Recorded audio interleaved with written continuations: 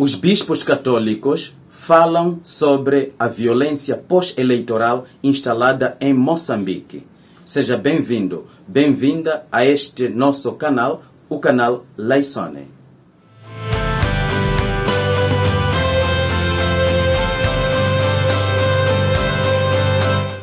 Olá, seja bem-vindo, bem-vinda a este nosso canal. Eu faço este vídeo para trazer até si o conteúdo principal do comunicado que os bispos católicos de Moçambique publicaram ontem, dia 22 de outubro. Como você sabe, em Moçambique nós estamos a viver todo esse ambiente de manifestações, de violências, de negação dos resultados que estão sendo publicados a nível provincial pela Comissão Nacional de Eleições e que se espera que até amanhã, quinta-feira, sejam publicados a nível nacional. E também você sabe como é que nós temos vivido esses momentos desde o dia 9 de outubro, quando fomos às urnas depositar o nosso voto. Várias reclamações estão sendo levantadas pela oposição ou pelos partidos da oposição, negando os resultados. Vários fatos foram nos acompanhando a mostrar ou a demonstrar indícios de fraudes, indícios de desvio de boletins de voto e várias outras irregularidades que foram acontecendo. Tudo isso está a criar um clima que parece estar a levar o nosso país para um caos. Como é que você está a viver estes momentos? Você acha que aquilo que é tido como oficial necessariamente há de ser verdadeiro? Os bispos católicos de Moçambique publicaram ontem um comunicado em que mostram a sua preocupação em torno deste ambiente pós-eleitoral, dessa violência pós-eleitoral que até acabou em assassinatos. Como você sabe, o assassinato de Elvino Dias e Paulo Gwambe é interpretado dentro desse contexto, tratando-se de dois políticos proeminentes que contestavam os resultados porque são da oposição ou dos partidos da oposição. Então, nesse contexto, os bispos católicos escrevem esse comunicado e exercem mais uma vez a sua voz profética para nos chamar a atenção sobre para onde nós estamos a levar o nosso país. O que é que nós queremos com toda essa violência? Achamos que estamos a construir que país? Por isso eu trago aqui algumas partes, quero ler para si alguns parágrafos essenciais que mostram essa inquietação, essa indignação, mas também essa voz profética própria de pastores que os nossos bispos nos transmitem nesse comunicado. O número 1 nos contextualiza um pouco, fala dos assassinatos, fala da violência e fala da necessidade de nós pararmos e refletirmos sobre o que nós estamos a fazer com o nosso país, com o nosso futuro. Mas eu vou começar com o número 2 e eu peço que você acompanhe este vídeo e me acompanhe nesta reflexão. No número 2 do seu comunicado, os bispos dizem o seguinte: a Igreja Católica, enquanto instituição, é apartidária. Quer dizer que tudo aquilo que eles falam no comunicado, eles não se colocam nem neste ou naquele partido, ou eles mesmos, como representantes da Igreja e a Igreja Católica como instituição, não estão nem do lado deste, nem do lado daquele. Por isso é importante para nós fazer esse exercício de imparcialidade, de aceitar que esta voz dos bispos não está nem do lado deste, nem do lado daquele, nem pretende favorecer este ou aquele. Escutar essa voz simplesmente como uma voz que vai tocar a nossa consciência. Então eles dizem, a Igreja Católica, enquanto instituição, é apartidária, isto é, não apoia candidatos e nem tem partidos. Continuam eles. Mas isso, veja essa parte, mas isso não significa que ela, a Igreja Católica, renuncie ao seu compromisso político e social. Aí a igreja já nos mostra que não é necessário eu pertencer a este ou aquele partido para poder me posicionar sobre o compromisso com a sociedade. E a igreja faz isso sempre que é necessário fazer. E é o que estão a fazer também neste comunicado. Posicionar-se diante de uma situação social e política com o puro objetivo de reencaminhar a sociedade para o rumo certo. Continuam eles, né? Mas isso não significa que renuncie ao seu compromisso político e social, a um caminho concreto para a construção de uma sociedade, veja, uma sociedade mais democrática, mais inclusiva, mais justa e fraterna. Uma sociedade na qual todos devem viver em paz, com dignidade e futuro. Os bispos, ao falarem assim, eles veem que o ambiente em que nós estamos periga isto. Periga essa construção de uma sociedade justa no nosso país. Periga ou escamoteia a paz que nós tanto almejamos. E compromete o futuro de cada um de nós. Por isso, eles continuam.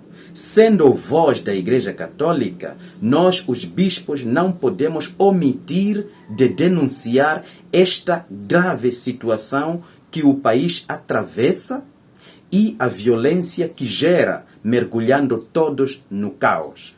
Aqui os bispos reconhecem que esse ambiente pós-eleitoral é de facto um ambiente não bom, é uma situação grave e é uma situação que está a nos levar para um caos, para uma situação sombria. Do jeito como nós estamos agora, nem eu, nem você conseguimos imaginar o que Moçambique será amanhã. Um parênteses aqui, recorde-se que nós hoje, este ano de 2024, celebramos 49 anos da nossa independência. E no próximo ano, 2025, já estamos em outubro, esperamos celebrar 50 anos de independência. Comece a questionar agora. Como nós havemos de celebrar isso? Como nós estaremos até lá? Que independência nós havemos de celebrar? Que Moçambique estará a celebrar esses 50 anos? Não se esqueça que estamos a falar de um jubileu dos 50 anos da independência que há de se enquadrar no jubileu do Ano Santo, cujo lema é Peregrinos de Esperança. Ainda temos esperança? Vamos ver o que diz o número 3 do comunicado dos nossos bispos. Nesse número 3, os bispos trazem-nos a reflexão. Olhemos para as urnas, olhemos para as pessoas que foram votar. Dizem eles, reflitamos sobre estas últimas eleições.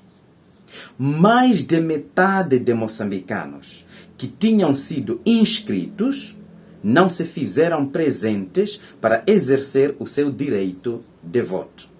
Mais de metade daqueles moçambicanos que recensearam, se inscreveram, mais de metade não foram votar.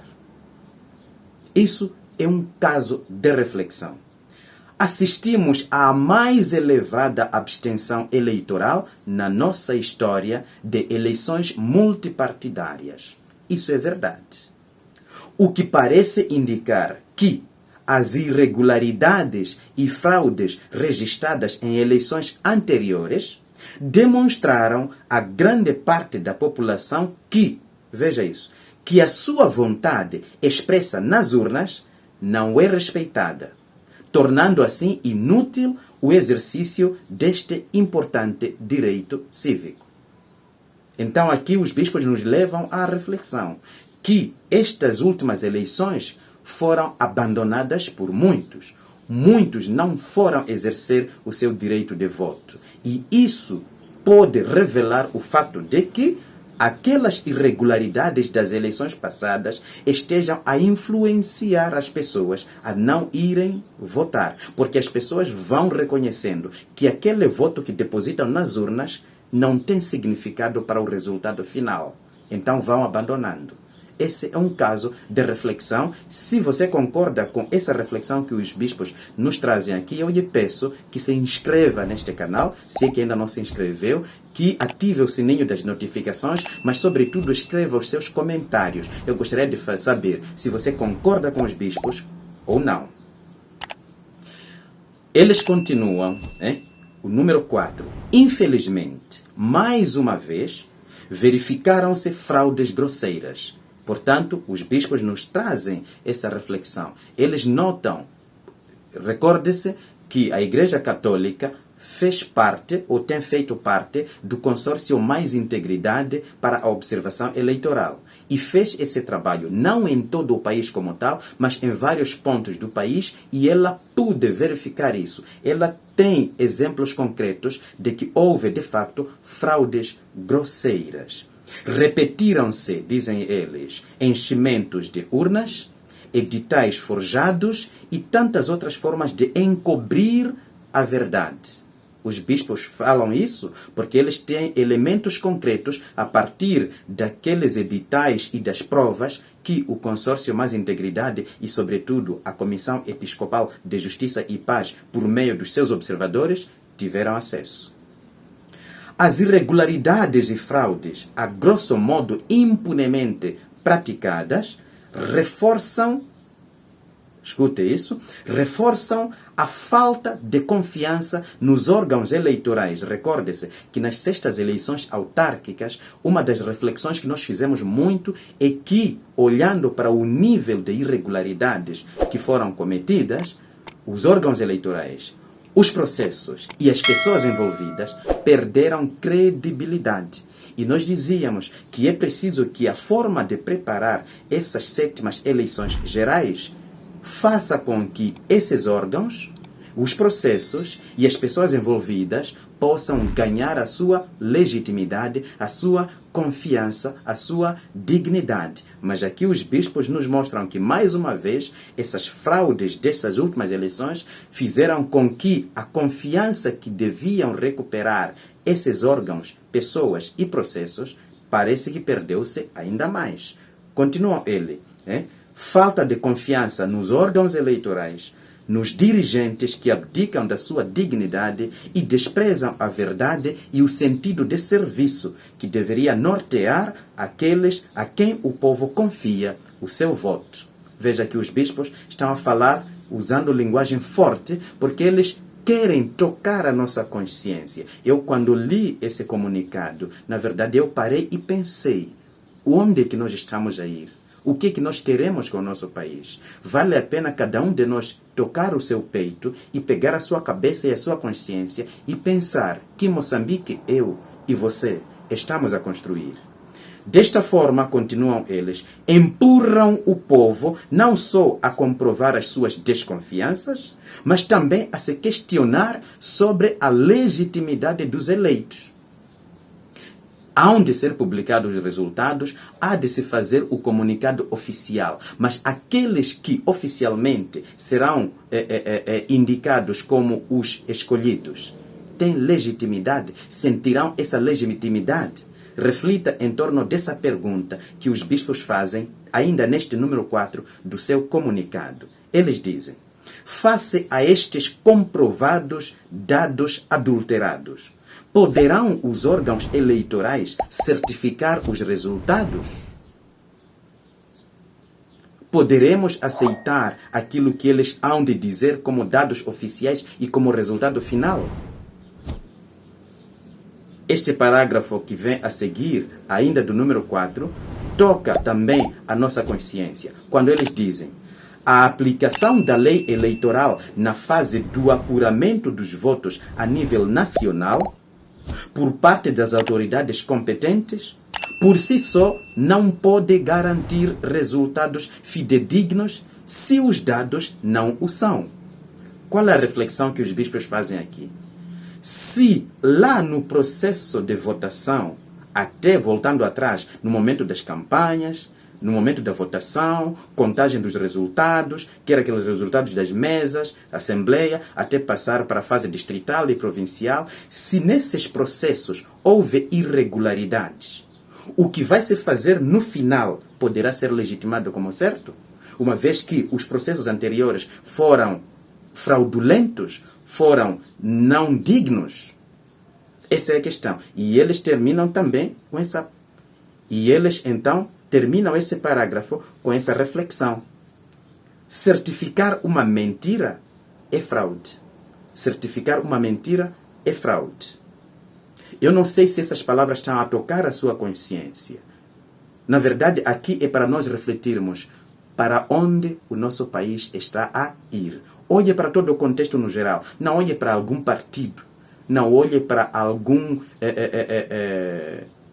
Não olhe para algum candidato presidencial. Não olhe para algum setor em particular. Olhe para todos no conjunto e se questione. E deixe a sua consciência apelar à verdade. No número 5, começam os apelos dos nossos bispos. Começam os apelos. Começam as chamadas de atenção. Dizem eles: apelamos ao respeito pelo direito à manifestação pacífica. Aqui os bispos dizem que aquelas manifestações pacíficas estão contempladas na nossa Constituição da República. São justas, mas estamos a falar do direito à manifestação pacífica. E aí os bispos olham para a juventude e dizem: mas alertamos igualmente os jovens para que não se deixem instrumentalizar e serem arrastados em ações de vandalismo e desestabilização. Muitas vezes, os jovens que fazem pouco da reflexão são instrumentalizados e vão às ruas fazerem confusões. O que os bispos começam a chamar a atenção, que não podemos usar os jovens assim. Os jovens são uma riqueza para nós. Aqui, recordemos-nos do pronunciamento que os bispos fizeram no âmbito da insurgência em Cabo Delgado. A tendência de usar jovens para tal, e esses jovens que muitos deles não têm futuro, não têm alguma formação, não têm emprego, não têm esperança de vida, então aderem a qualquer proposta, mesmo que seja uma proposta de insurgência, desde que recebam alguma coisa. Os bispos chamam a atenção: não podemos instrumentalizar os nossos jovens. E aqui eles citam uma nota pastoral publicada por eles no dia 16 de abril de 2021. Os bispos estão muito preocupados com a nossa juventude. E eu acho que eles têm toda a razão, porque a juventude é a maioria em Moçambique. E quando a juventude está consolidada nos seus sonhos, na sua esperança, há mais facilidade de o país dar certo e ter um rumo certo. E eles então continuam dizendo: reafirmamos mais uma vez que a maior riqueza nacional é a nossa juventude. É uma juventude nascida em tempo de paz. Tem direito à paz e quer a paz. Por isso não instrumentalizemos os nossos jovens. Não podemos deixar que partidos políticos e grupos de poder continuem a promover as suas influências nefastas sobre essa juventude, incutindo políticas de desprezo, de ódio e de vingança, ou demonstrando ausência de valores, de respeito pela verdade e honra. Veja, os bispos aqui, dá para perceber que eles estão a falar de coração, que estamos preocupados. Se os jovens continuam assim, se nós continuamos a desviar os jovens assim, para onde o nosso país vai? Não são esses que amanhã hão de governar esse país? Como hão de governar se são jovens sem valores, sem virtudes, sem éticas, sem conhecimento, sem uma formação condigna, sem o sentido de cidadania e de pertença? No número 6, continuam esses apelos, mas de forma mais concreta. Dizem eles: a nossa mensagem reiterada e hoje ainda mais sublinhada é um forte apelo para que travemos a violência, os crimes políticos e o desrespeito pela democracia. Tenhamos a coragem de enveredar pelo diálogo e de repor a verdade dos fatos. Recorde-se que o versículo que norteia todo esse comunicado é o versículo 32 do capítulo 8 do Evangelho de São João, aquele completo que diz: conhecereis a verdade e a verdade vos libertará. Por isso apelamos a... Veja cada um dos apelos dos nossos bispos. Por isso apelamos a... Primeiro, não recorrer ou fomentar a violência e a não se deixar manipular. Segundo, ter a coragem do diálogo. de apurar de forma transparente os resultados das eleições, publicando e confrontando os editais originais na posse dos vários intervenientes. Nós temos partidos políticos com editais, nós temos organizações da sociedade civil com editais e temos a própria CNE com editais. Confrontar isto.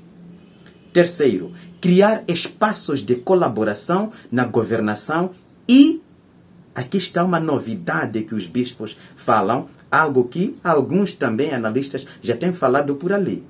Criar espaços de colaboração na governação e considerar um possível governo de unidade nacional. Seria muito bom nós vermos um governo onde as várias forças políticas estão aí a agir, todas preocupadas pelo bem de Moçambique.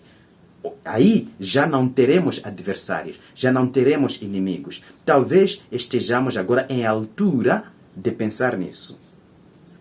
Quarto, envolver instituições competentes e sérias do país na gestão dos processos eleitorais, presentes e futuros, porque até agora os critérios que se usam para envolver aquelas pessoas na questão eleitoral é mais partidária, em que os dois partidos no poder,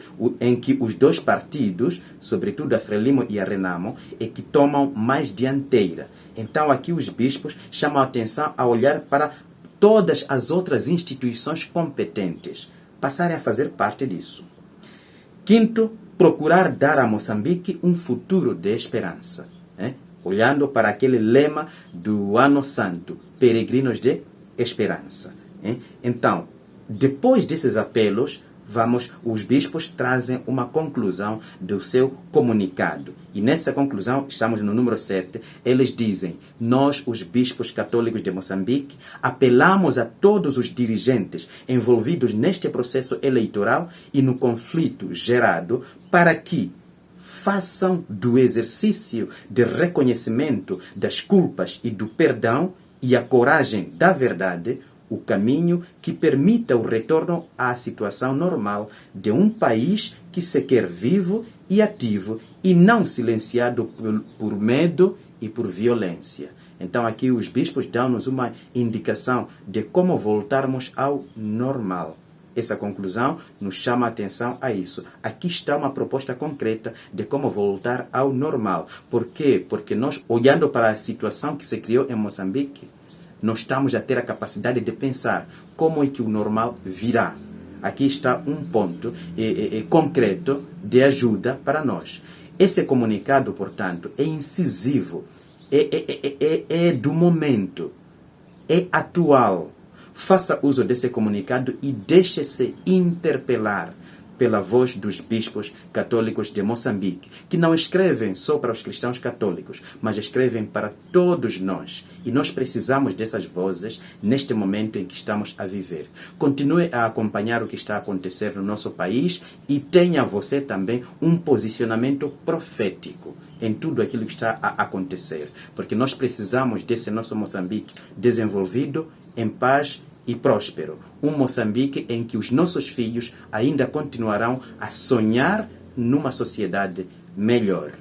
E assim os bispos terminam dizendo: Moçambique não deve voltar à violência. O nosso país merece a verdade, a paz, a tranquilidade e a tolerância. Rezemos pela paz. Sejamos artífices da justiça e testemunhas da verdade. Eu quero acreditar que você gostou desse conteúdo. Mais uma vez lhe convido a se inscrever nesse canal e a ativar o sininho das notificações. Coloque o seu like como sinal de quem gostou desse conteúdo. E não se esqueça de ser um cidadão moçambicano, escrevendo os seus comentários e partilhando esse vídeo com todos aqueles que precisam de um Moçambique melhor.